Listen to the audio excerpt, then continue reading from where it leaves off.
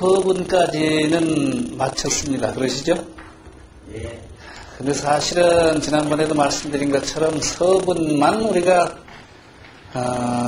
그만 확실하게 알 수 있어도 공부 끝난 것 같은데, 그런데 이게 우리 원래 마음짜리 얘기니까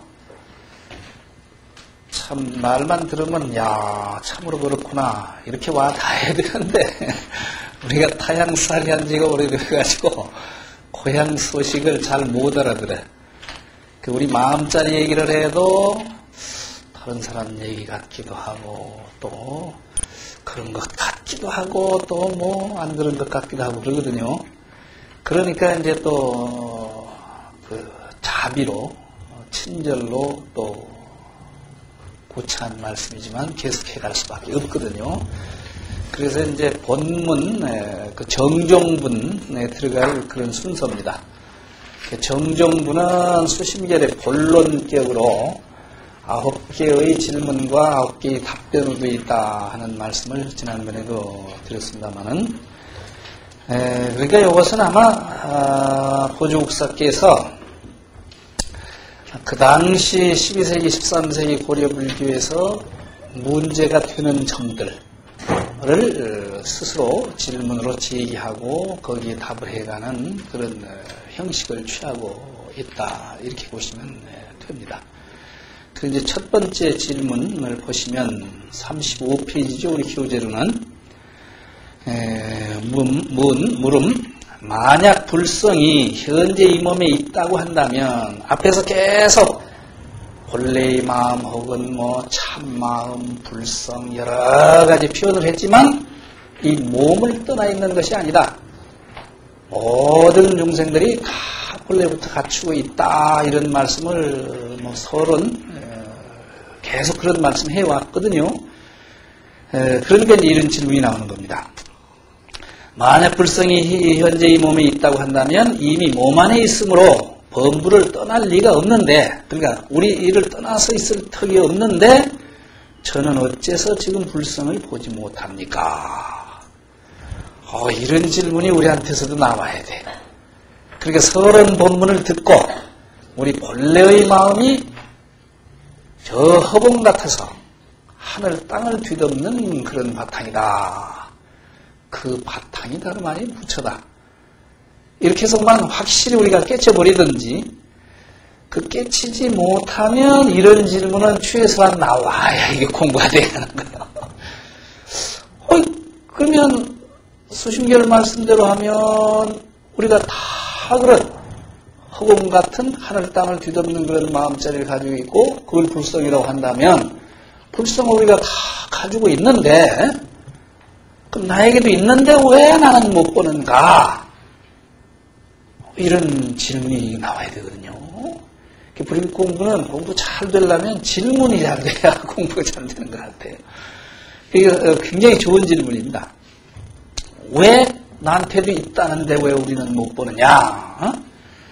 다시 잘 해석해서 나로 하여금 속속들이 깨닫도록 하여 주십시오. 그러니까 잘 설명해서 그냥 이해만 시켜달라는 얘기 아니라 개호라고 그랬거든요. 신령개호 다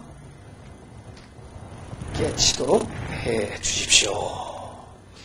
그러니까 그냥 설명해달라는 말하고 마음의 문이 활짝 열리도록 좀 시원하게 해 주십시오. 차이가 있죠? 이제 그런 질문이 첫 번째 질문이죠. 9개의 질문 중에. 거기에 대한 이제 답변이 38페이지죠. 답. 그대 몸에 있는데도 그대 스스로가 보지 못하는 것이다. 그건 뭐 누가 있다고 해서 있고 없다고 해서 없을 수도 없는 본래부터 갖춰져 있단 말이죠. 근데 스스로 못 볼 뿐이에요. 그게 얘가 답답한 대목이죠.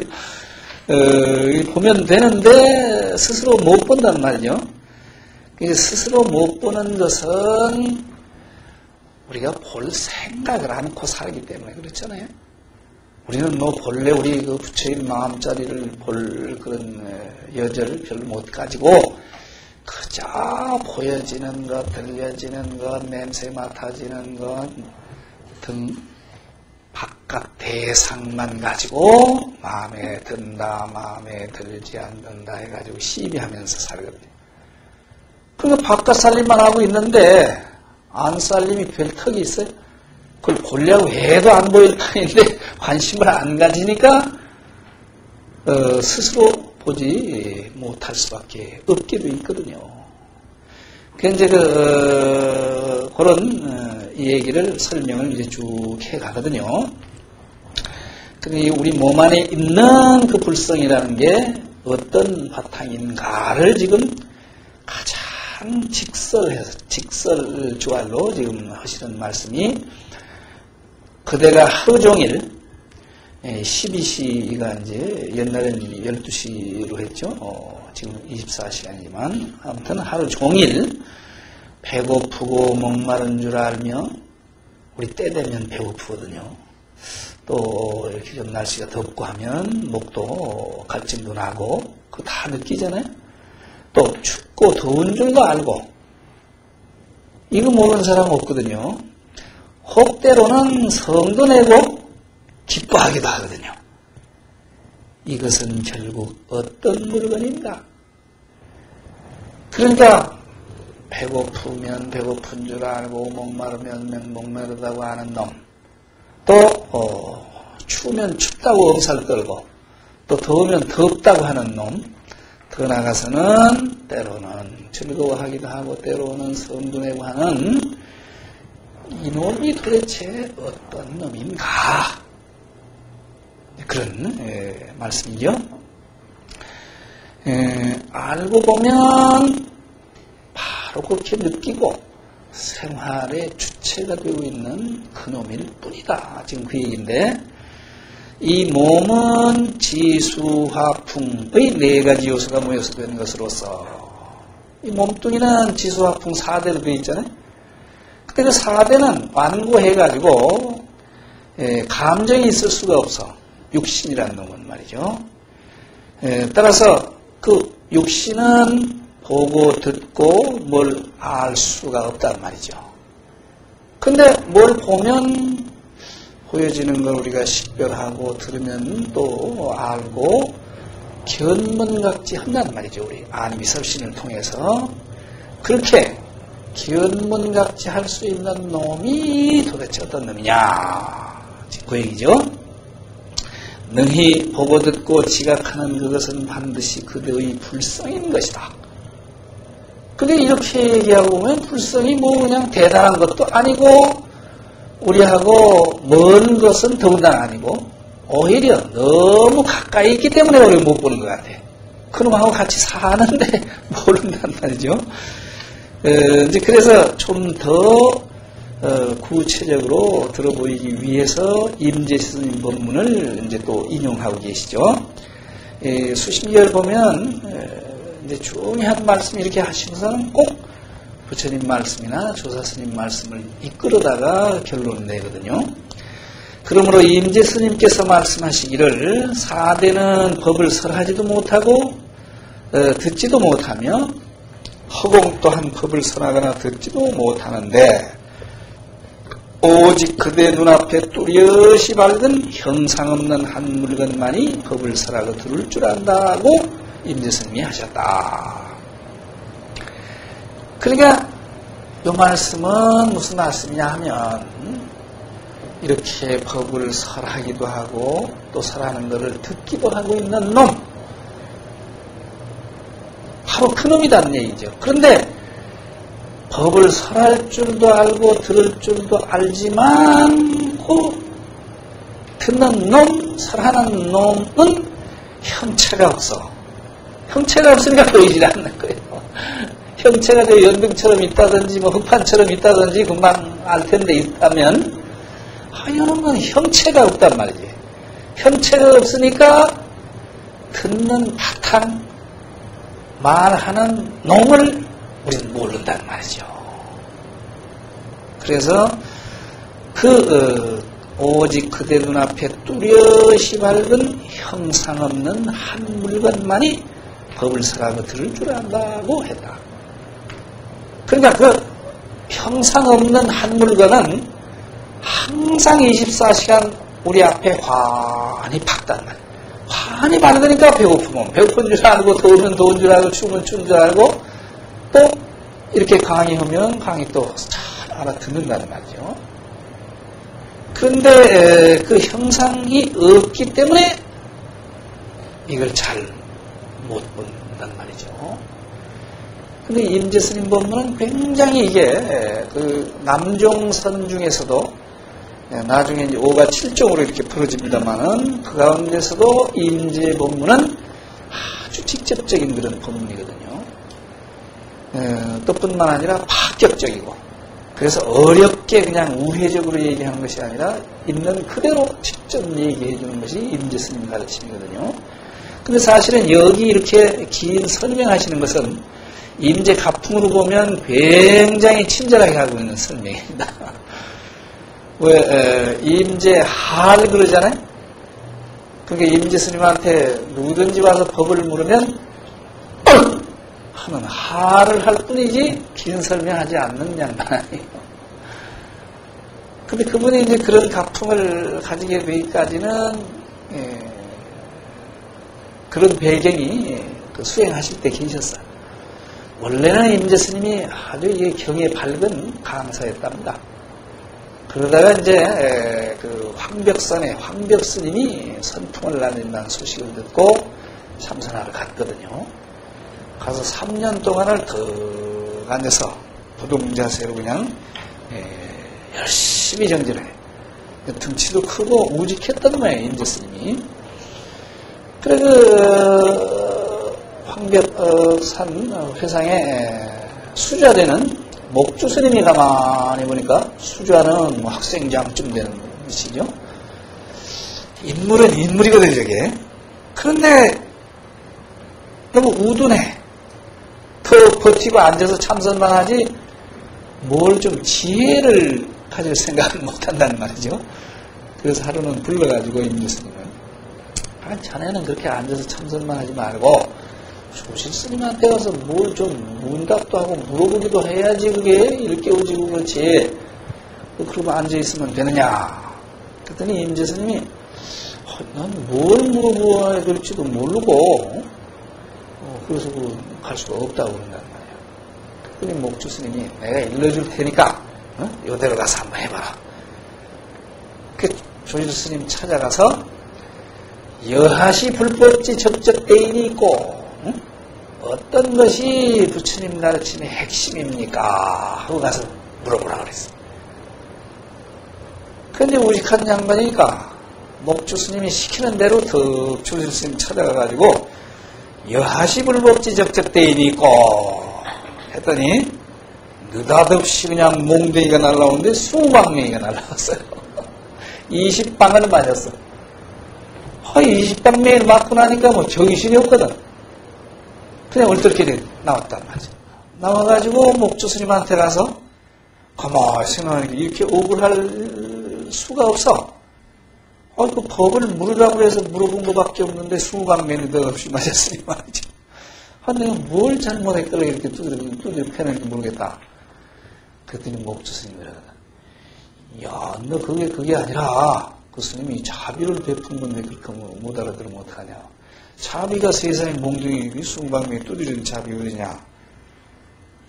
난 다시는 그거 안 한다. 그랬더니 목주 스님이 한 번 더 가보라는 거예요.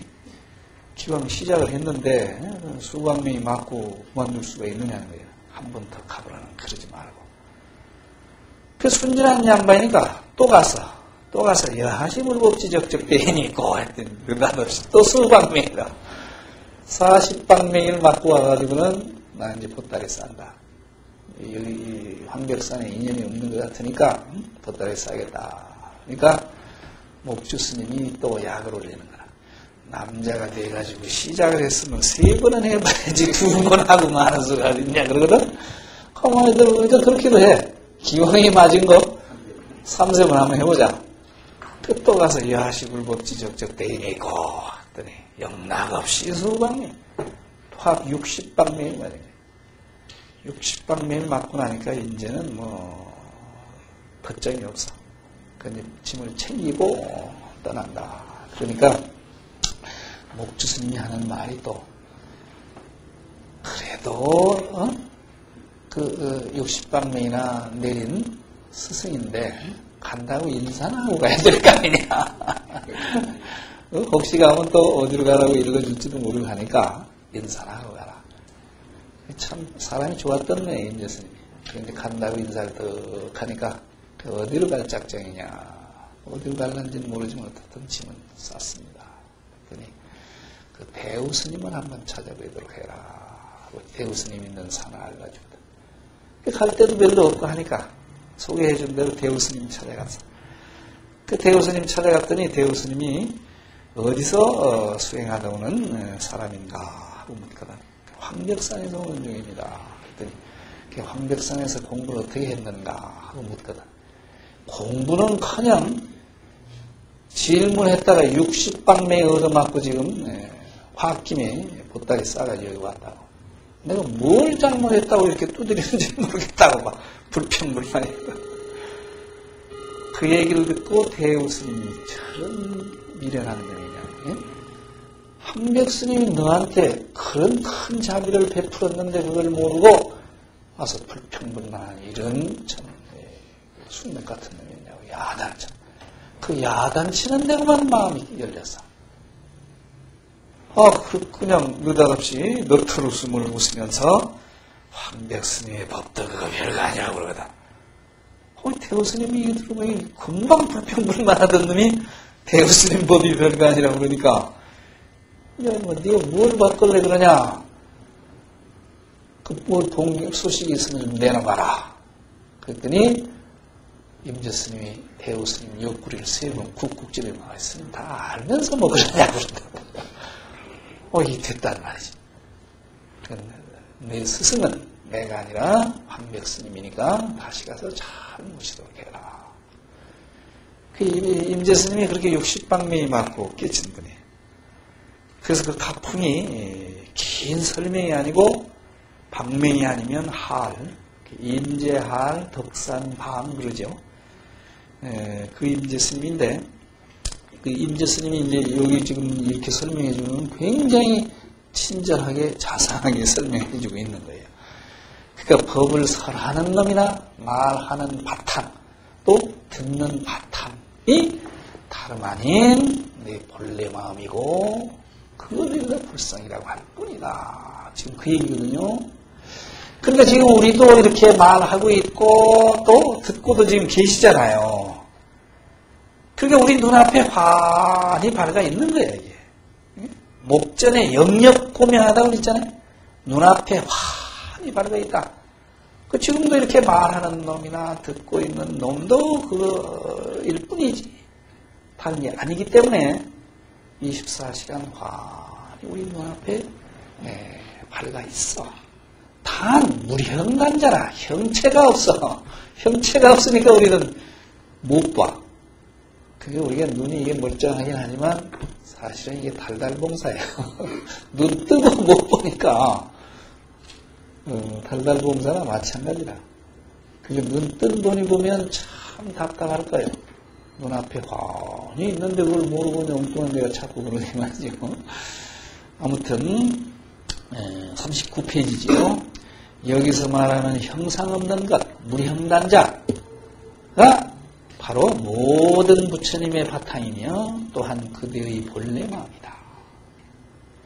바로 이렇게 불성이 현재 그대의 몸에 있는데 어찌 그것을 밖에서 헛되이 찾겠는가. 그 눈앞에 있는 놈이니까 눈 한 번 바르게 뜰 뿐이지 그걸 밖에 가서 찾아가면 또 안 된다는 말이죠. 그대가 만약 이 말을 믿을 수 없다면 그러니까 이렇게 친절하게 얘기해 주는데도 추우면 추운 줄 알고 더우면 더운 줄 알고 배고프면 배고픈 줄 알고 법을 설하기도 하고 듣기도 하는 눈앞에 있는 놈이라고 했으니까 알아차려야 되는데 못 알아차려. 그러니까 그대가 만약 이 말을 믿을 수 없다면 성인들이 도를 깨친 예를 간략히 들어서 그대의 의심을 풀어주려 하니 그대는 잘 듣고 믿기 바란다. 그러니까 자꾸 못 알아들으니까 자꾸 넘어가는 거예요, 이게. 넘어가다 보면 언제가 좀 열려야 되겠죠? 그 답변에 보면 43페이지죠. 여기 이제 그런 문답을 통해서 진리의 눈뜬 직접 예를 지금 두 가지를 들어주고 있거든요. 하나는 인도적인 예고 하나는 중국적인 예인데 그 분위기가 상당히 다릅니다. 그러나 그 문답을 통해서 진리의 눈뜨는 그런 구조를 보면 다르지가 않거든요. 근데 이게 부처님 가르침도 그렇지만 특히 선불교는 이런 그 선문답을 통해서 진리의 눈뜨는 경우가 허다하게 많거든요.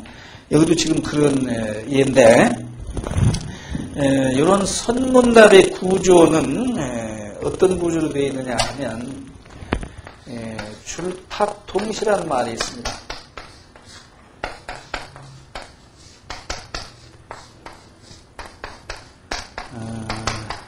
이건 무슨 말씀이냐 하면 그 문답을 통해서 진리의 눈 뜨는 그런 경지를 마치 병아리가 부화하는 거기에 비유하는 겁니다.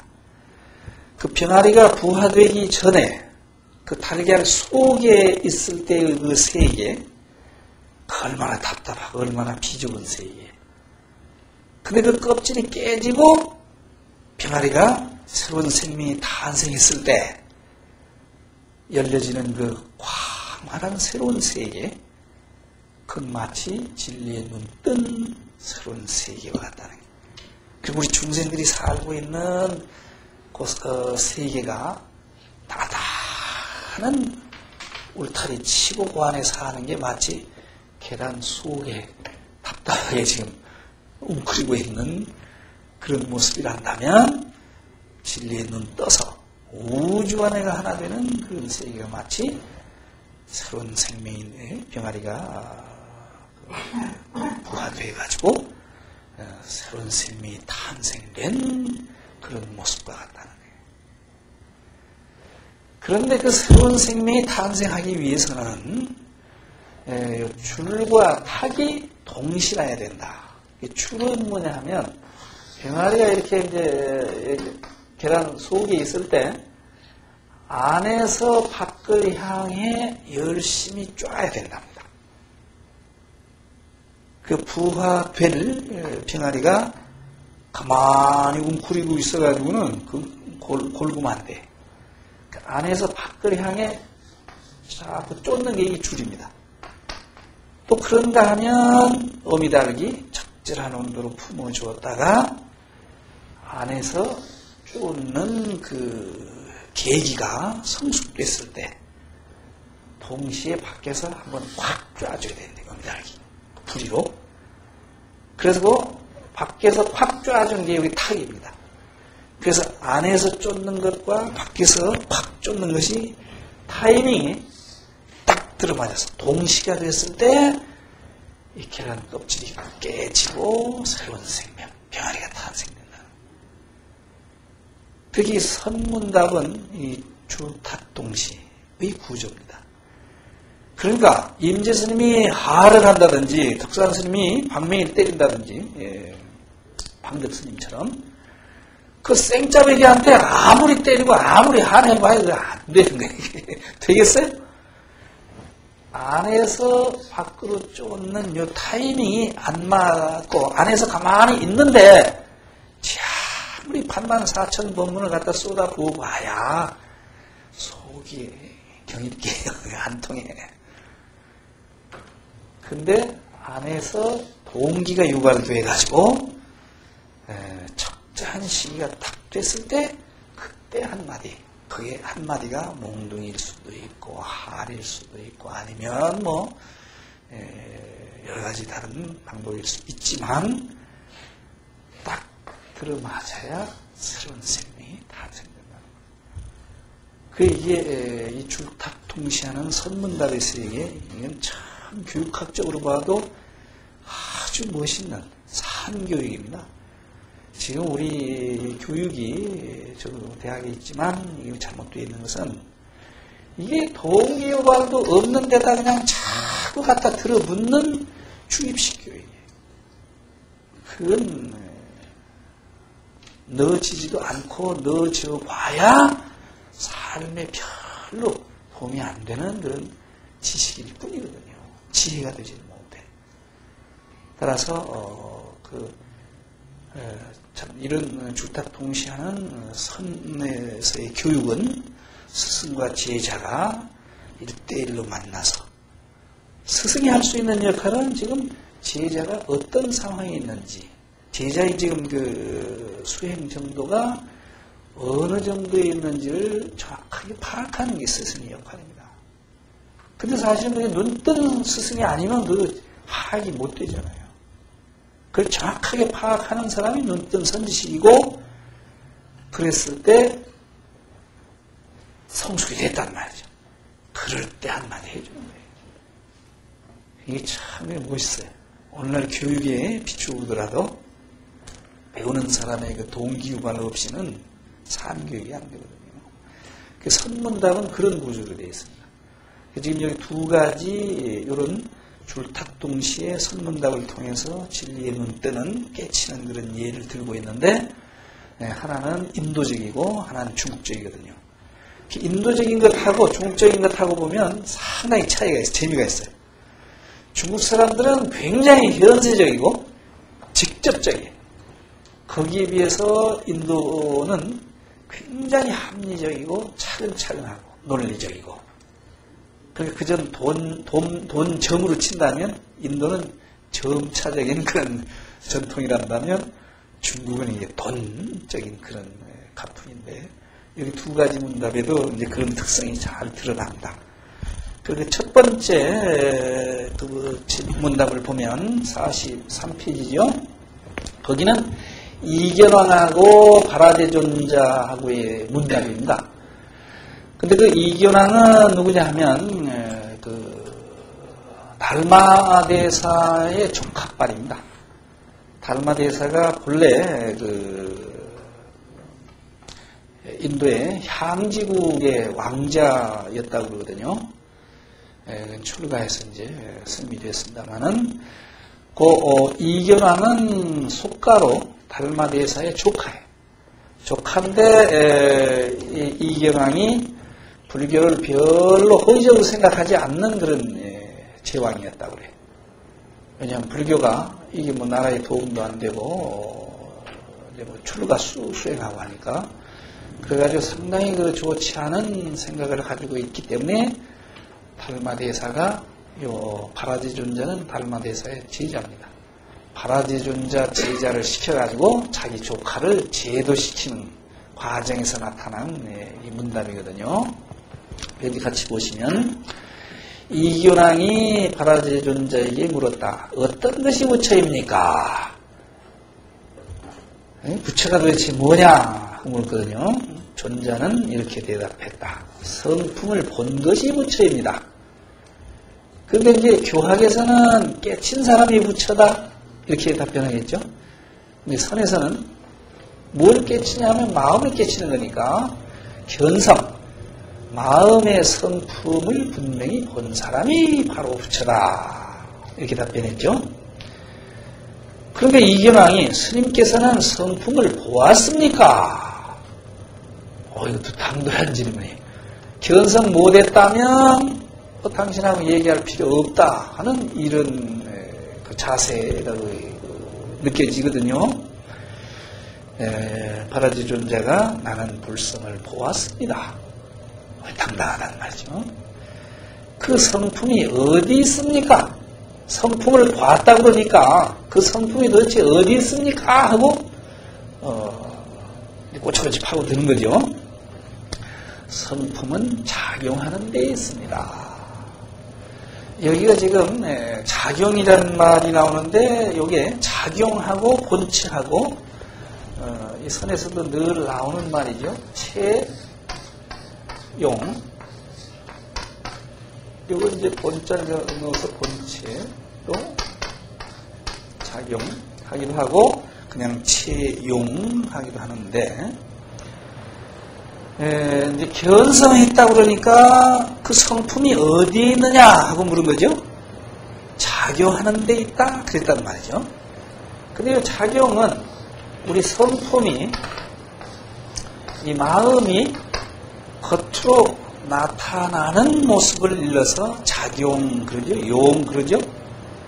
그러니까 아까 배고프면 배고프다고 느끼고 추우면 춥다고 느끼고 하는 것 다 이게 성품이 작용으로 나타내는 모습이 있는 겁니다. 근데 이 본체는 아까 무형단자란 말 썼듯이 형체가 없어요. 이게는 이런 거 허공 같아. 형체가 없거든요. 근데 허공 같은 바탕이지만 상황에 즉하면 작용을 많이 나타낸단 말이에요. 그 겉으로 나타나는 작용이 여기에 용입니다. 그러니까 체는 이게 형상이 없기 때문에 체를 가지고 설명하기는 굉장히 힘들어. 이거는 도저히 말로도 표현할 수 없고 형상도 없는 그런 놈이니까 따라서 성품이 어디에 있느냐 하고 물으니까 작용하는 데 있습니다. 이렇게 답변한 거죠. 근데 여기서 우리가 한 가지 좀 짚고 넘어가야 될 것은 모든 존재에는 체와 용이 다 갖춰져 있다. 이 연등이면 연등이 이런 모습을 나타내는 것은 이 모양이거든요. 근데 그런 모양을 나타내는 바탕이 체가 보이지 않는 체가 있는 거예요. 사람도 우리가 각기 지금 남자 여자도 다르고 우리 모습이 다 다르거든요. 나타난 작용이에요.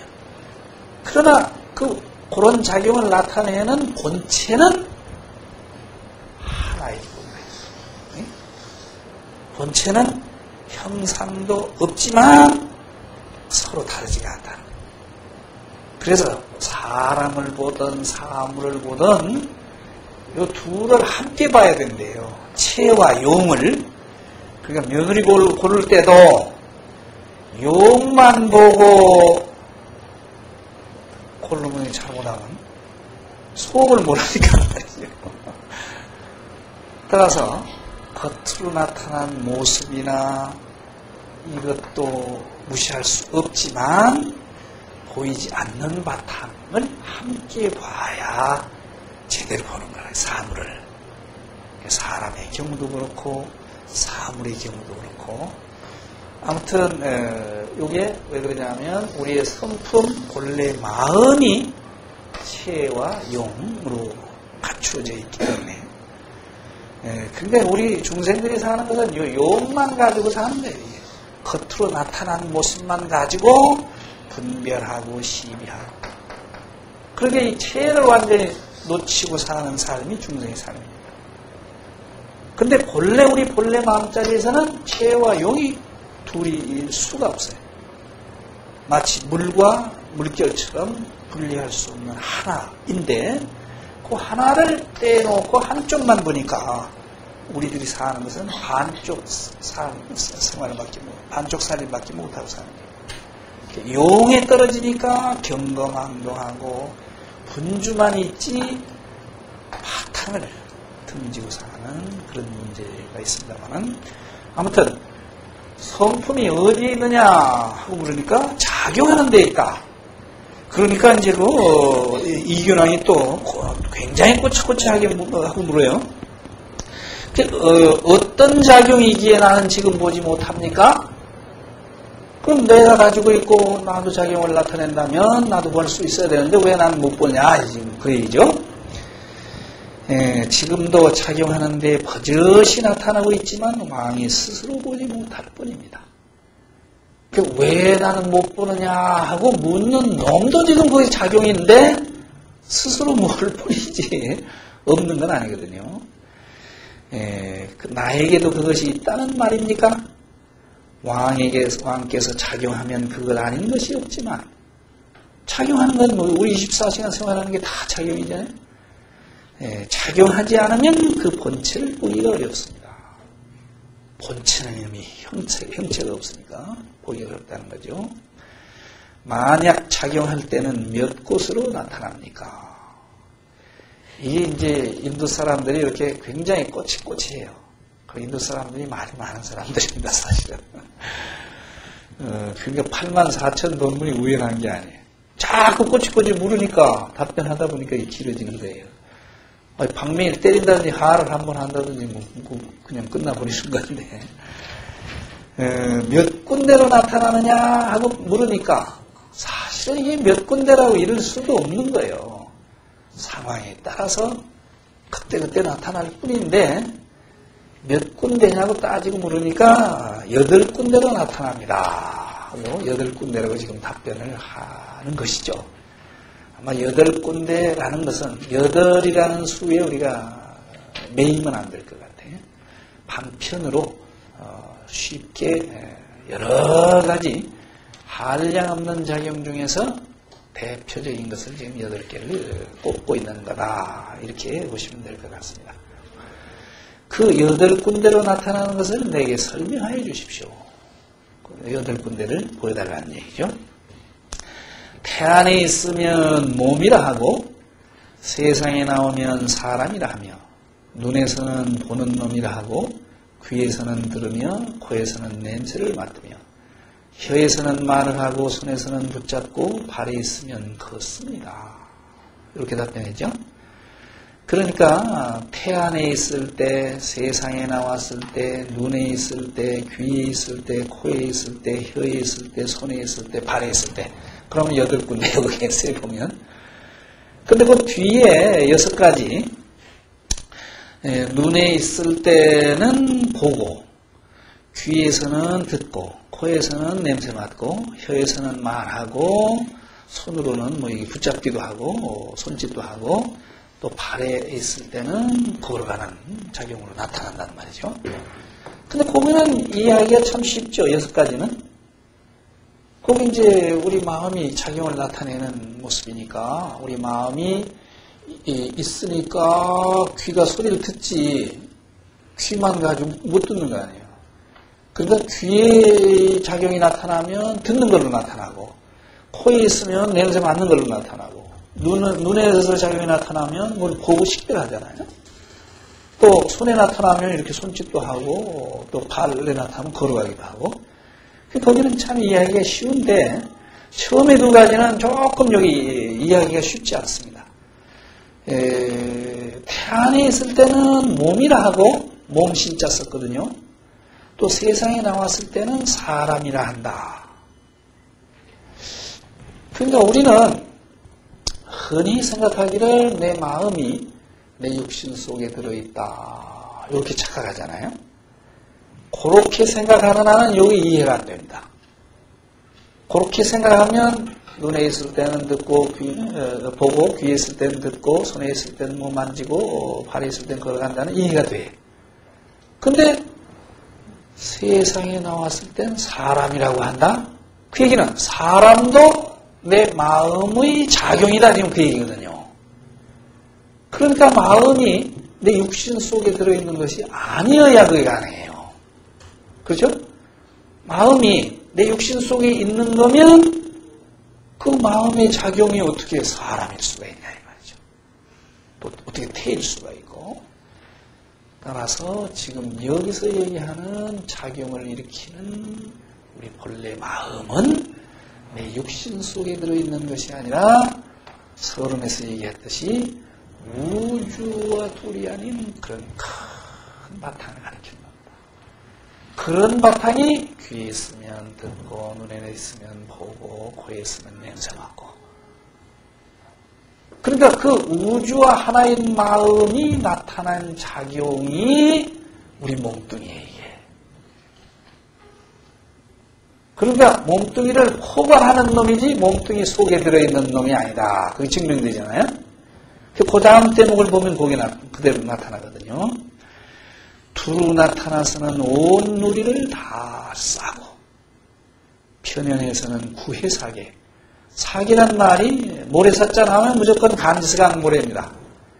그러니까 세계가 간지스강 모래왈수와 같은 세계를 두루 감싸고 그래요. 그러니까 간지스강의 모래알수와 같은 태양계니까 삼천대천 세계를 두루 감싼다. 우리 마음자리가 그런 바탕이라는 얘기예요. 그러니까 간지스강의 모래알수와 같은 세계를 감쌀 수 있는 바탕이 우리 본래 마음이고 그놈이 우리 사람을 작용으로 나타낼 수도 있고 아니면 연등을 나타낼 수도 있고 아니면 삼천초목으로 나타날 수도 있고 또 구체적으로 우리 사람 몸 안에 나타낼 때는 안이미설신이 견문각지하는 그런 놈으로 나타난다. 지금 그런 얘기거든요. 여기서도 이 수진절에서 얘기하는 마음자리, 불성이 우리 육신 속에 들어있는 그런 것하고는 다른 바탕이다 하는 사실을 확인할 수 있거든요. 아는 사람은 이것이 불성인 줄을 알지만 부식자, 모르는 사람은 정 혹은 혼이라고 부른다. 왕, 문, 왕이 이 말을 듣고 심즉 깨우 마음이 열렸다. 이렇게 끝나면 얼마나 좋겠어요. 그래도 그 질문도 당돌하잖아요. 그러니까 질문이 이제 의심을 자꾸 이제 물으니까 의심에 대해서 눈뜬 선지식이 보면 환히 보이는 대로 지금 일러주니까 이게 통하는 거예요. 그래서 이게 눈뜬 스승이 필요한 게, 이게 또 필요한 겁니다. 그래, 이제 이렇게 이제 깨친 예가 인도적인 예입니다. 그러니까 달마대사가 제자를 잘 봤어요. 바라지존자가 조카를 제도해 줬거든요. 그 다음 이제 두 번째 예는 50페이지죠. 이것은 중국적인 문답의 예입니다. 근데 중국 사람들은 그 논리적이고 복잡한 거 별로 안 좋아하는 사람이에요. 굉장히 현실적이고, 그러니까 이 선종으로 발달될 수 있는 것도 이 중국적인 기질하고 이 부합되니까 그게 가능하리라고 믿습니다만, 거기는 이제 누구하고의 문답이냐면 귀종화상하고 이제 한 스님하고 답변 문답이거든요. 요 귀종화상은 누구냐 하면 마조 도일 스님의 제자입니다. 마조 스님도 이게 남종선, 조사선의 아주 그 원조죠. 그리고 그 질문을 한 제자는 지상이라는 제자입니다. 지혜지자, 항상상자.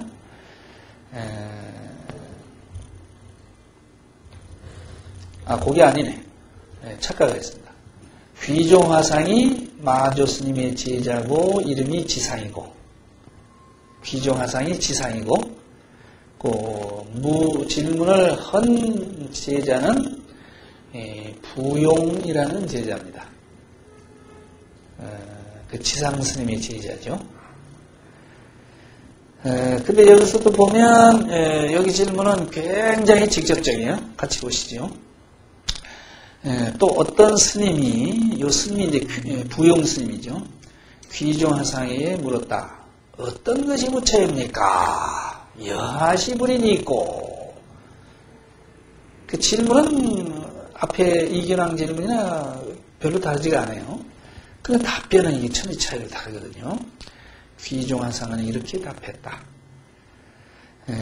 내가 지금 그대에게 말하려 하지만 그대가 믿지 않을까 두렵다. 말해주면 믿을란가 모르겠어. 이 소리. 아금 향여도나 공여 불신 이노라. 내가 말해줄 수 있지만 말해도 믿을란가 모르겠어 자네가. 그런 얘기거든요. 그랬더니 그 부용스님이 화상에 지극한 말씀을 어찌 감히 믿지 않겠습니까? 틀림없이 믿겠습니다.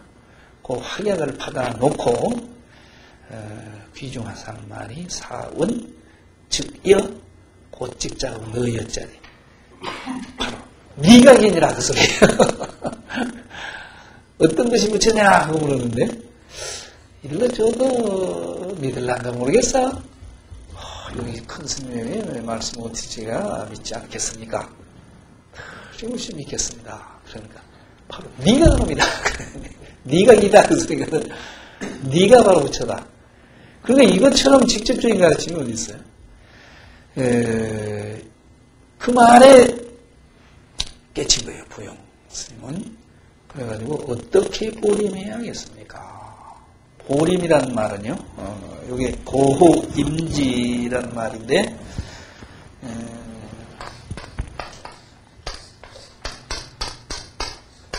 이게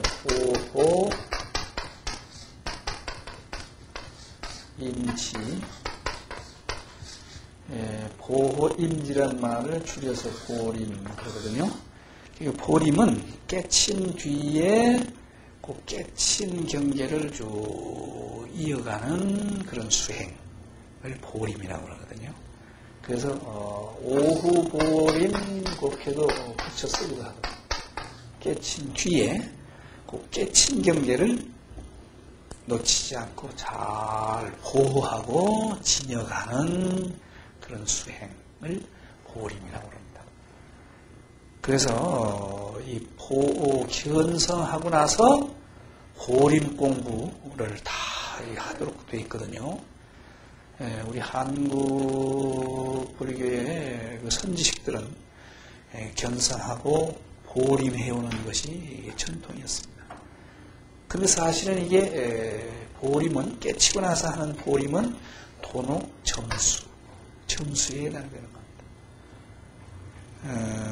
그러나 이제 여기서 어떻게 보림해야 되겠습니까? 하니까 벌써 깨친 거예요. 이제 깨치고 났으니까 이제 어떻게 깨친 뒤에 닦아야 되겠습니까? 그랬더니 티끌 하나가 눈을 가리니 허공의 꽃이 어지러이 떨어진다. 일례제안에 공화난춘이라. 여기서 이제 공화란 말은 허공꽃 그 소리인데 그 무슨 소리냐면 왜요? 눈 우리가 이렇게 좀 이렇게 뭐 비비고 하면 왜 허공에 뭐 반짝반짝 뭐 비치잖아요? 그 허공꽃이 공화. 근데 사실은 허공에 그 꽃이 뭐 있는 것이 아니라 이게 눈 잘못 비벼야 눈이 잘못돼서 그게 있는 것처럼 보이는 것이지 있는 거 아니잖아요. 그게 허공꽃이거든요. 실체가 없는 놈이다. 지금 그 소리거든요. 그러니까 일례제안에 한 티끌이 눈에 들어가니까 그 비비니까 허공꽃이 어지럽게 떨어지더라. 좀 엉뚱한 답변 같아요. 어떻게 보림해야 되겠습니까? 하는데 일례제안에 공화난춘이라 해버리니까 그러나 그 얘기인즉슨 그 내가 부처인 줄 분명히 알면 뭐 특별히 보림 공부가 필요하겠는가.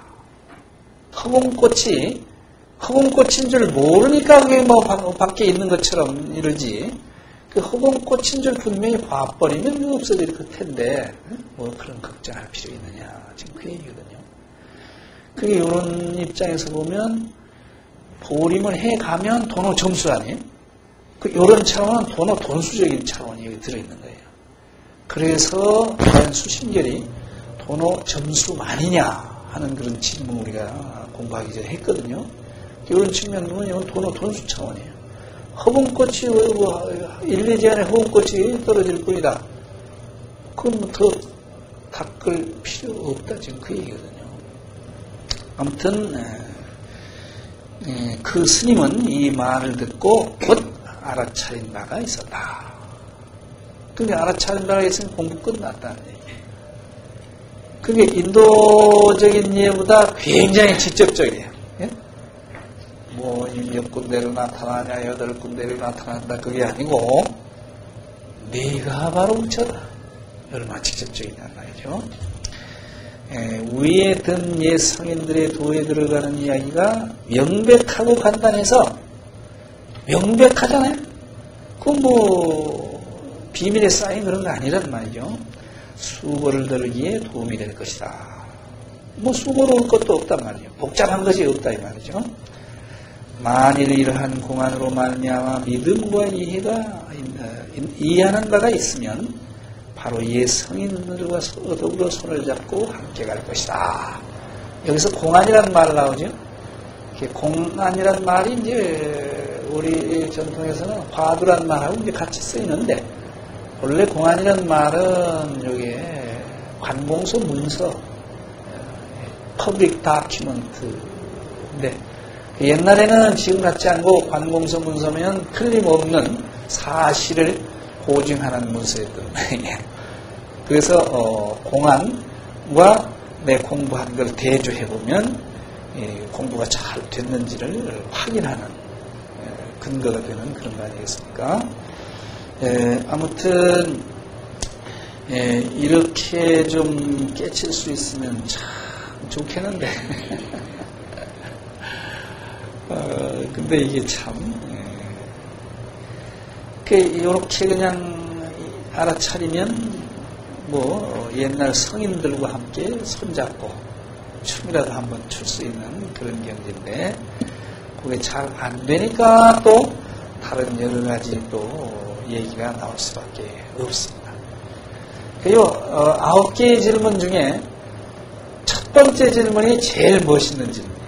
그리고 아주 직접적이고 그 첫 번째 질문 보면 이게 아주 그 돈문가풍이 그대로 나타나는 그런 대목입니다.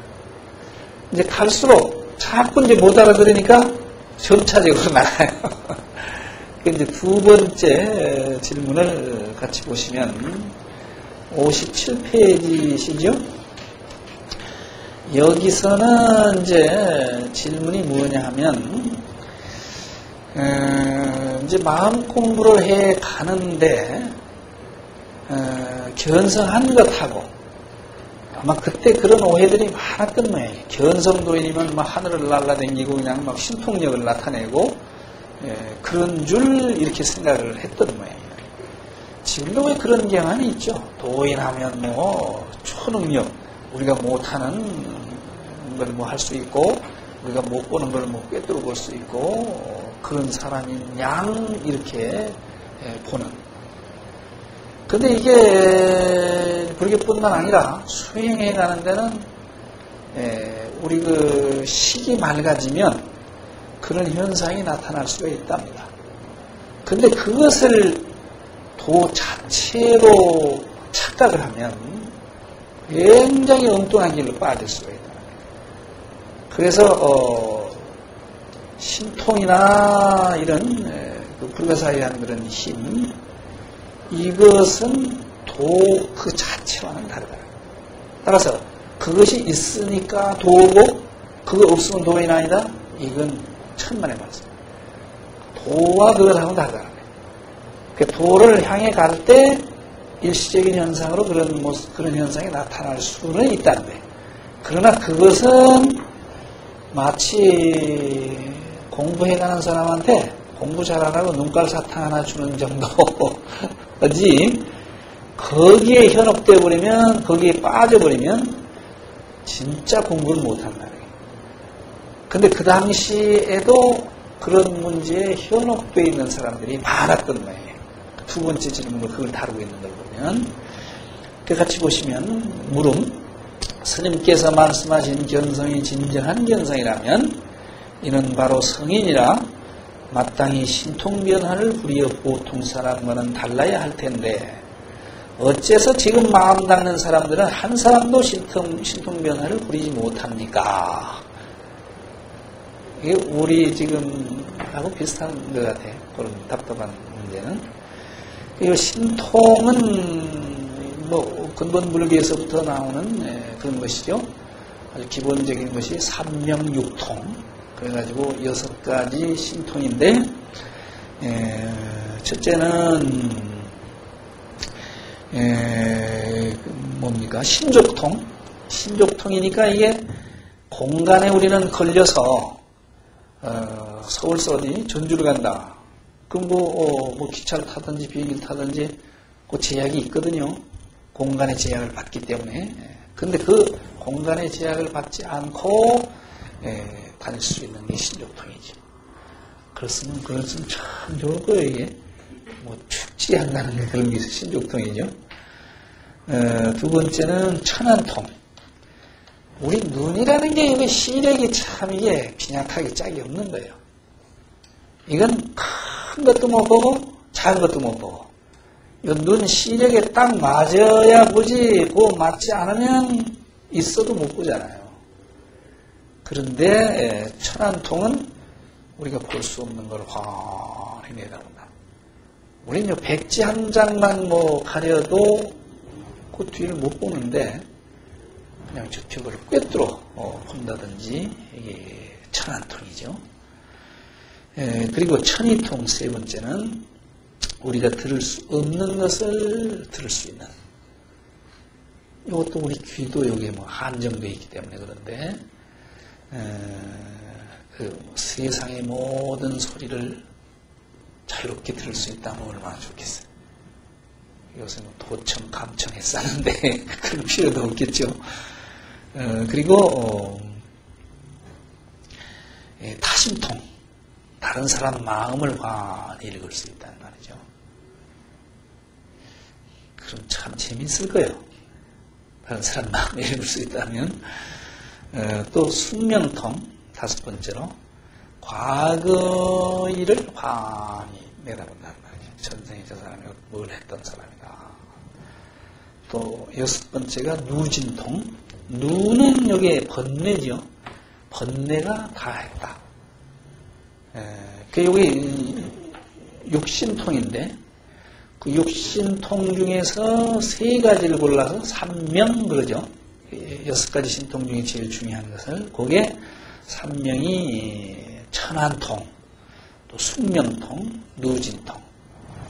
근데 6가지 중에 누진통이 제일 중요한 거랍니다. 나머지 5개는 훈련만 하면 누구든지 개발이 가능하대요. 사람뿐 아니라 짐승들도 훈련시키면 이게 가능하답니다. 근데 누진통은 이게 안 된대. 누진통은 번뇌가 다 한 거니까 이건 최소한 아라한과 증득해야 이게 가능하다는 거예요. 누진통이 되면 이 수행이 완성이 가까운 그런 것이죠. 근데 이 신통이 이게 밖에 있는 능력이 아니라 본래 우리 마음이 가지고 있는 능력이라는 거예요. 본래 우리 마음이 꿰뚫어 볼 수 있는 힘, 과의를 비춰볼 수 있는 그런 능력들이 다 갖춰져 있대요. 그 능력장이라, 능력의 아주 보고. 근데 우리는 그 능력을 억만분의 1도 못 쓰고 사는 거죠. 근데 그걸 개발하면 그런 능력을 가진답니다. 이렇게 마음이 고도한 집중력을 가지게 되면 이런 신통력이 나타난다는 겁니다. 그게 불가능한 일이 아니고 가능하지만 그것이 도의 본래 모습은 아니다. 지금 이 수집열의 입장은 그런 거거든요. 아무튼 견성한 사람, 마음 낚는 사람이 많은데도 왜 신통 나타낸 사람이 없느냐, 그 질문이죠. 거기에 대한 답변을 같이 보시면 59페이지시죠. 답. 그대는 경솔히 미친 소리 하지 말아라. 굉장히 강한 어조입니다. 보조국사가 아주 자비로운 분인데 부득 경발 광은 미친 소리 하지 말아라. 지금 그 얘기거든요. 불분사정이 시의 미도지이니라. 그러니까 삿된 것과 바른 것을 분간하지 못하면 이는 미혹하고 뒤바뀐 사람이다. 그러니까 삿된 것과 바른 것, 정과 사를 구분할 줄 알아야 된다. 금시학도지이니 요즘 도를 배우는 사람들은 입으로는 진리를 말하지만 마음으로는 태굴심을 놓여서 도리어 자격이 없다고 여기는 잘못에 떨어지니 그런 사람들은 모두 그대와 같은 의심에 떨어진다. 그러니까 이런 의심 많이 가지는 사람일수록 공부하다가 그런 신통능력이 안 생기면 이거 나는 뭐 소질 없는가 보다 하고 퇴불심 내고 그만 걷어치는 사람들이 많았던 모양이에요. 도를 배우면서 앞뒤를 모르고 부지선후지요. 아까 사정이 나왔고 여기 선후가 또 나왔죠.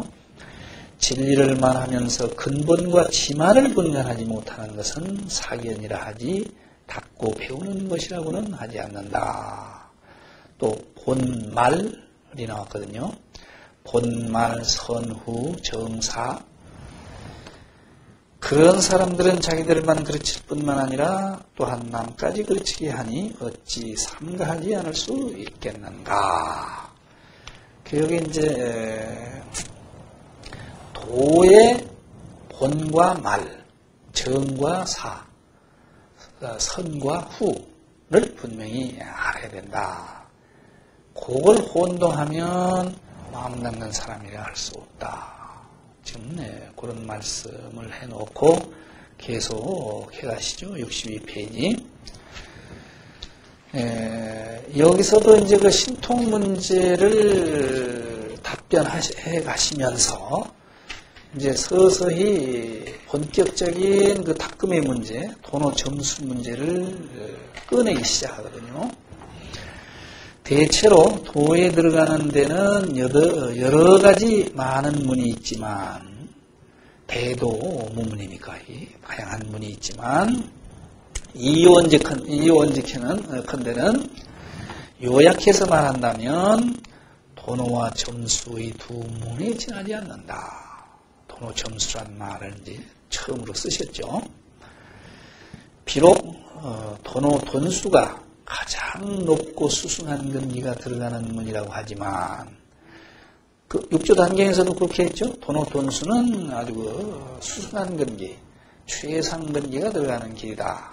반대로 점수는 열등한 근기가 닿는 길이다. 그랬으니까 도노 돈수가 가장 높고 수승한 근기가 들어가는 문이라고 하지만 과거를 미루어 보면 이미 여러 생 동안 깨달음에 의해서 닦아 점차로 익혀오다가 금생에 이르러 듣자마자 곧 깨달아 일시에 마치는 것이니 실로 말하면 이 역시 먼저 깨닫고 뒤에 닦는 근기인 것이다. 그러므로 이 도노와 점수의 두 문은 모든 성인의 길이다. 요 대목을 성철 스님이 아주 즐겨 인용하시는 대목입니다. 성철 스님이 보조국사의 사상은 100% 도노 점수다 하는 근거로 인용하고 있는 대목이 요 대목입니다. 그러니까 요 내용인 즉슨 도노 돈수가 최상근기인 것은 틀림없다. 그런데 금생에 그냥 듣자마자 깨친다든지 아까처럼 그것이 가능하기 위해서는 금생만 놓고 볼 것이 아니라 과거생까지 늙고 놓고 보면 과거생에 도노해가지고 오랫동안 점수를 해왔다는 거예요. 금생까지. 그러다가 한마디 네가 붙여다 아니면 뭐 몽둥이 한방에 돈수 돼버린 도노 돈수가 돼버린다는 거지. 그러니까 금생만 놓고 보면 이게 도노 돈수지만 과거 전생까지 늙고 놓고 보면 도노 돈수도 역시 도노 점수에 불과하다. 요게 이제 과거를 인정 안 하면 요 논리를 이해할 수가 없어요. 저도 처음에 수집력 맨 처음에 읽을 때 뭐 선에서 무슨 과거 얘기를 했었고 그러시는가 이제 그런 생각을 했는데 근데 있는 말 그대로 경청하고 보면 일리가 있어요. 예? 전생에부터 닦아왔단 말이죠. 그 전생에 이제 초견생 해가지고 쭉 닦아왔어, 점수로. 그러다가 금생에 와서 완전히 깨친다는 말이죠. 아무튼, 그 점수가 따라서 모든 성인, 천성괴철, 그러니까 성철 스님이 주목할 만큼 아주 집약된 말이면 틀림없습니다. 도노 점수가 천성괴철이다. 그러니까 도노 점수 입장을 굉장히 강력하게 지금 여기 내세우고 계신 것은 틀림없거든요. 즉 예로부터 모든 성인들이 먼저 깨닫고 뒤에 닦았으며, 먼저 깨닫고 선호후수니까 도노점수예요. 그러시죠? 이 닦음에 의해서 증득하는 것이다. 여기서 이 구조를 우리가 좀 살펴볼 필요가 있습니다. 이 선호후수 또 도노점수의 구조, 도노돈수와 아울러서 이게 이제 구조가 어떻게 되냐 하면 도노하고 점수 해가지고 이 증의 경지, 이 증의 경지가 다름 아닌 이게 도노돈수입니다. 더 닦을 것 없는 이 부처의 경지니까. 그러니까 보죽사 이론에 의하면 본래 마음에 대한 투철한 눈뜸을 가지고 점차적인 수행을 해서 마치면은 증득한다, 성불한다. 그러니까 여기는 먼저 깨치고 선호, 후수 하는 이런 구조입니다. 그래가지고 완성의 경지, 부처의 경지다. 근데 이제 이렇게 이제 하면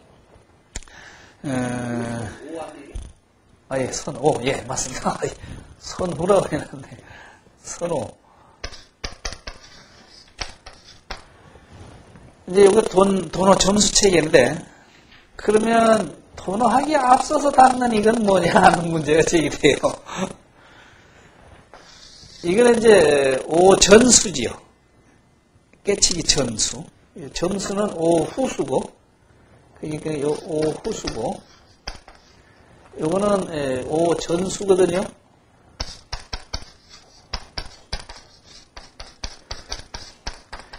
그러니까 지금 우리가 닦는 거는 오전수일 거예요, 이게. 그런데 이제 진울의 경우 오전수를 무시하는 것은 아니지만, 전생 말씀하신 거 아니에요? 아니 전생 얘기는 이 얘기를 했고, 예, 전생에 도노하고 나서 쭉 점수해오다가 금생에 한마디 듣고 완전히 증득해서 도노 돈수가 됐으니까. 그러니까 전생까지 보면 도노하고 점수해와서 증득한 거니까 도노 점수와 다르지 않다, 그 얘기인데, 근데 이제 기왕에 요 체계가 나온 김에 선호 후수 체계거든요. 그 점수는 오후수입니다, 항상. 그러면 이제 오 전에 닦는 수는 이게 어떻게 되느냐는 문제가 우리 회장님 의심처럼 나타나거든요. 그 수심결에서는 오전수를 부정하거나 그런 입장은 아니에요. 또 보죽사 사상 전체가, 왜냐하면 개 초심학 인문 같은 것은 삼위승들이 금방 머리 깎고 배우는 글인데, 거긴 뭐 열심히 뭐 정진하라, 전부 그 얘기거든요. 초심학인이 공부하는 그런 말씀들이니까. 그러니까 그 금방 머리 깎고 삼위승이 공부하는 거에 오전수지 오후수가 아니에요. 그러니까 오전수를 무시하는 입장은 절대로 아닙니다. 그러나 오전수하고 오후수인 점수하고의 질적인 차이는 분명히 제시하고 있는 거예요. 그게 수심계예요. 오전수는 아직 이게 방향이 확실히 있는 수가 아니에요. 그러니까 이게 애만 굉장히 많이 써. 여기는. 그러니까 초점이 안 맞은 채 하는 닦음이에요. 근데 여기는 도노가 이게 우리 마음에 대한 눈뜸이잖아요. 아, 내 마음이 이렇게 생긴 거구나 하는 게 도노기 때문에 도노가 되면 마음의 즉한 수가 되는 거예요. 따라서 밖에 가서 헤맬 필요가 없어. 근데 이건 화두를 들든 연구를 하든 마찬가지입니다. 이게 점수 차원이라면 마음의 초점이 맞은 화두 드는 거라면 우주와 둘이 아닌 그 자리에서 이먹고 하는 거예요. 근데 그걸 모르고 그러지 않고 생제비로 이먹고 그건 이거예요, 이게. 근데 이거는 애는 이거보다 더 쓸 거야, 아마. 이게 초점이 안 맞으니까 활을 쏴도 관역이 딱 맞아야 되는데 안 맞으니까 막 사방 흐트러지고 분주하단 말이에요. 분주해. 그러니까 여기서 이제 위험은 이게 밖에 가서 찾는 문제가 생기는 거예요. 마음이 부처라는 사실을 분명히 모르기 때문에 부처 찾아서 밖에 가서 헤매. 근데 보조국사 수심결에서 지금 제1경계하는 말은 절대로 밖에 가서 찾지 말아라. 절막 외구해라. 그 말씀이 앞에 서론에서 나왔잖아요. 왜냐하면 밖에서 찾는 한은 제대로 공부가 안 되기 때문에 그렇거든요. 그래서 도노하고 점수해야 된다 하는 말을 강조하는 겁니다. 그 점수하고 점수는 오후수고 오후수와 오전수의 차이가 그 차이를 굉장히 부각시키고 있는 거예요. 하늘 땅입니다. 여기서는 마음이 부처라는 사실을 내가 분명히 알기 때문에 부처인 마음을 내 생활 속에 관이 드러내가는 공부일 뿐이에요. 여기는 자꾸 뭘 찾는 그런 공부고 여기서는 더 이상 찾을 건 없어. 이미 있는 본래의 마음을 24시간 생활 속에 관이 실현시켜가는 그런 공부이기 때문에 이 천양지판으로의 차이가 나거든요. 아무튼 그러므로 이른바 여기 이제 또 신통 얘기도 이 신통 얘기를 보조국사는 두 가지 차원에서 말씀하시는 것 같아. 한 가지는 아까 우리가 얘기했듯이 삼명육통 그런 것이고 또 한 가지는 그 삼명육통이라고 하지만 그게 본래 우리 마음이 가지고 있는 능력이 밖으로 나타나는 것이기 때문에 그 마음이 상황에 따라서 적절하게 나타나는 작용, 나타내는 작용, 그게 신통이라고 본다. 근데 실제로 이제 뒤에도 나오집니다만은 방거사 같은 분도 물 깃고 나무 깃는 일이요. 옛날에 물도 막 지어나르고 또 나무도 해오고 하는 그게 신통이요 묘용이라고 그랬거든. 그러니까 알고 보면 우리가 일거일동 이렇게 손짓하는 걸 할 수 있는 것도 이게 신통이야. 이게 참 불가사의한 거예요. 어떻게 이렇게 손짓을 할 수 있고 어떻게 이렇게 말할 수 있는가. 그러니까 신통이 뭐 기상천외한 그런 것일 뿐만 아니라 본래 마음이 나타내는 작용. 근데 우리는 그 본래 마음을 모르기 때문에 이런 행동 24시간 다 몸짓 발짓 다 하면서도 그게 신통이 못 되는 거예요. 나다 하는 놈이 나타내는 경거망동이지 그 신통이 못 된다는 말이에요. 그 신통은 두 가지 차원에서 지금 말씀하겠어요. 우리 범부 차원에서 신통과 여기 지금 깨치고 나서 점수할 때 나타나는 마음의 본래 작용이라고 보기 때문에 그런 신통은 점수하면서 생활 속에 따라서 견성하는 즉시에 그런 온갖 신통이 나타나는 것이 아니다. 지금 그런 입장이거든요. 그래서 이제 여기 또 능엄경 말씀을 인용해 가지고 결론을 짓죠.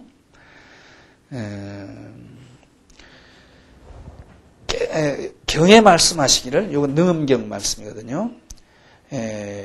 리즉 도노나, 이거 참 좋은 말이죠. 이치인즉슨 도노라.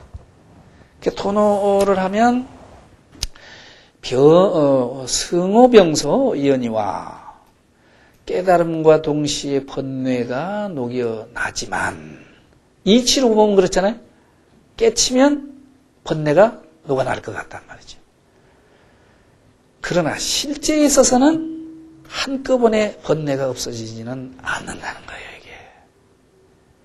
이게. 이치하고 현실하고, 이치로 봐서는 깨치면 번뇌가 그냥 한꺼번에 싹 녹아버릴 것 같지만, 현실은 그렇지 않을 수도 있다는 거예요. 사비돈제라. 그래서 요거, 리와 사, 이것은 화엄에서도 늘 하는 말입니다만은, 이건 진리, 이건 현실 그 소리죠. 진리로 보면, 이치로 보면 깨치면 번뇌가 싹 없어져야 될 것 같아. 그러면 그대로 되면 돈수잖아요. 근데 현실은 사비돈제, 번뇌망상 이놈도 한꺼번에 그냥 갑자기 없어지는 그런 것은 아니다. 왜 그러냐면 습기가 꽉 쪄들어와서 번뇌망상이 그 기본이라는 놈은 나다 하는 착각, 그놈을 바탕으로 해서 여러 가지 탐진치 삼독 이걸로 쪄들어온 거 아니에요? 그게 도노하기 이전까지 없는 세월 동안 익혀온 습기가 우리 안이비설신은 물론이고 그냥 꽉 잠재의식 속에 쪄들어 있단 말이죠. 그럼이 도노하는 즉시 제8 알라의식까지 완전히 녹아버리면 돈수예요. 근데 현실은 그렇지 않다, 못하다. 이게 능엄경 말씀이에요. 그러니까 점수가 필요한 거예요. 사비돈제이기 때문에. 그러니까 이게 능엄경이 굉장히 이게 선하고 통하는 그런 경전인데, 그렇게 인용을 하고, 또 규봉스님 말씀을 인용하고 계시거든요. 이 규봉스님도, 중국의 이 규봉스님은 화엄에도 아주 종사일 뿐만 아니라 선에도 아주 대가인데, 중국 역사상의 최초로 선과 규를 한테 아우르는 그런 노력을 했던 그런 분입니다. 그래서 규봉스님 영향을 보조국사가 많이 받았습니다. 특히 선교를 아우르는, 선은 부처님의 마음이고 교는 부처님의 말씀이다 하는 이런 기본 입장도 규봉스님의 영향을 많이 받았고, 또 이 규봉스님도 본래 선의 입장은 도노점수적인 입장입니다. 그래서 보조국사가 아주 즐겨 인용을 하는 그런 분 중에 하나인데, 그러므로 규봉스님도 먼저 깨닫고 뒤에 닦는 뜻을 깊이 밝혀 말씀하시기를, 얼음은 연못이 온전히 물인 것을 알았지만 햇빛을 받아야 녹고, 범부가 바로 붙여있는 것을 깨달았지만 법의 힘을 빌어 익히어 닦아야 한다. 얼음이 녹으면 물이 잘 흘러 물대고 씻는 공덕을 두루 나타내고, 망령됨이다 하면 마음이 신령하게 통해서 반드시 신통과 광명의 작용을 나타낸다고 하셨다. 여기까지는 규봉스님 말씀이거든요. 규봉스님 말씀인 즉슨 얼음이 꽝꽝 언 연못. 근데 얼음이 그 실체는 본질은 이게 물이잖아요. 그 얼음과 물이 다르지는 않지만 언 상태로 물로 쓸 수는 없잖아요, 당장. 그렇듯이 부처와 중생이 같다는 건 알았단 말이죠. 도노를 통해서. 그렇지만 중생 노릇을 하도 오래 해가지고 와서 금방 부처의 해행이 나오질 않아요. 따라서 얼음이 햇빛을 쬐가지고 녹아서 물이 돼야 빨래도 하고 논에 물도 대고 이렇게 잘 쓸 수 있듯이 중생이 부처인 것을 알았지만 현실 속에서 자꾸 익혀서 그 묘한 작용을 나타내는 그런 노력을 해가야 된다. 규봉스님 입장입니다. 그 비유가 상당히 재밌는 비유인 것 같아요. 얼음과 물이 같다. 그렇지만 얼음이 물로 당장 쓸 수는 없어. 따라서 녹이는 노력이 필요하다. 녹이는 과정이 점수겠죠. 이게. 업장을 녹이는 것하고도 비슷한. 그놈이 잘 녹아서 물이 됐을 때 빨래도 하고 설거지도 하고 뭐 상황에 따라서 여러 가지 쓸 수 있듯이 마음이 부처인 줄 알았지만 거기 생활 속에 각 상황에 맞게 잘 드러내는 그런 지혜광명, 신통작용이 나타나기 위해서는 그 녹이는 그런 과정이 필요하다. 그런데요. 예. 배우는 학생 입장에서는요, 이제 배우는 개인적인 의견입니다. 예. 육조대사보다 규봉스님 말씀이 더 합리적으로 받아들여지는데 공감이 더 가요. 그러니까 규봉스님 입장이 배우는 입장에 예, 그렇죠. 그러니까 최상근기보다는 일반 대중을 향해 하는 말이에요. 예, 그래서 그런 거예요. 예, 그러니까 보조국사가 그 점을 수용하는 겁니다. 육조스님, 육조 스님의 가르침이 최상근기에게는 가장 직통 코스예요. 그 말할 수 없이 좋은 거지만 12세기, 13세기 고려불교에 더군다나 그냥 타락되어 있는 그런 상황에서 그런 특별한 뛰어난 근기가 몇 사람이나 있을까? 지금은요? 지금 더군다나 마찬가지예요. 거기 이제 보조국사가 현실적인 사상가입니다. 그렇기 때문에 모든 사람들을 포용할 수 있는 그런 체계를 받아들이는 거예요. 해능을 그렇게 좋아하면서도 규봉이나 이런 가르침을 받아들이는 이유가 바로 거기에 있거든요. 그 점이 진울사상의 특성입니다. 내가 서 있는 이 상황에 맞는 가르침이면 받아들이고 맞지 않으면 아무리 훌륭한 스승거지만 배제해낼 수 있는 그 용기거든요. 그게. 공감이 가요. 예. 이렇게 본다면 신통변화는 하루에 능히 이루어지는 것이 아니라 점차로 익힘으로써 나타나는 것임을 알 수 있다. 여기서 신통은 마음이 나타내는 작용입니다. 현실에 이럴 때는 또 거기에 맞게 또 다른 상황에서는 또 거기에 적절하게 이렇게 나타내는 그런 작용. 그게 하루 금방 되는 거 아니라는 거죠. 그 전에 그 성광사 방장스님은 그런 비유를 했어요.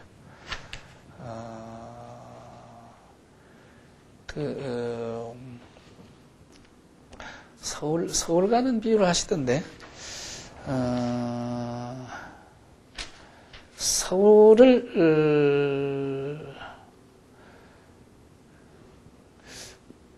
정확하게 잘 기억이 잘 안 나네. 어쨌든 서울을, 지도를 봐도 서울에 뭐 동대문이 어디가 있고 남대문이 어디가 있고는 확인을 할 수 있다는 거예요. 그러나 직접 가보고 한 것하고 그러지 않은 건 영 다르다는 거예요. 또 남대문 옆에 어디 무슨 어떤 빌딩에 뭐 몇 번째를 찾아간다. 이것도 실제 가봐야 된대.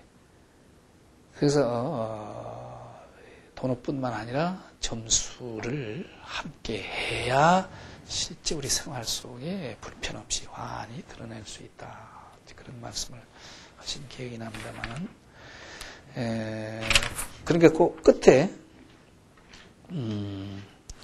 가만히 있어요. 거기서 일단 끝나네요. 그렇죠? 네. 끝나는데, 신통 얘기가 조금 더 나가는데, 근데 시간이 여기서 마쳐야 되겠네. 그러시죠? 여기 마치고 다음 주에 신통 얘기 조금 더 하고 이제 본론인 도노 점수로 들어가는 게 다음 쭉입니다. 오늘 여기까지 하겠습니다. 감사합니다.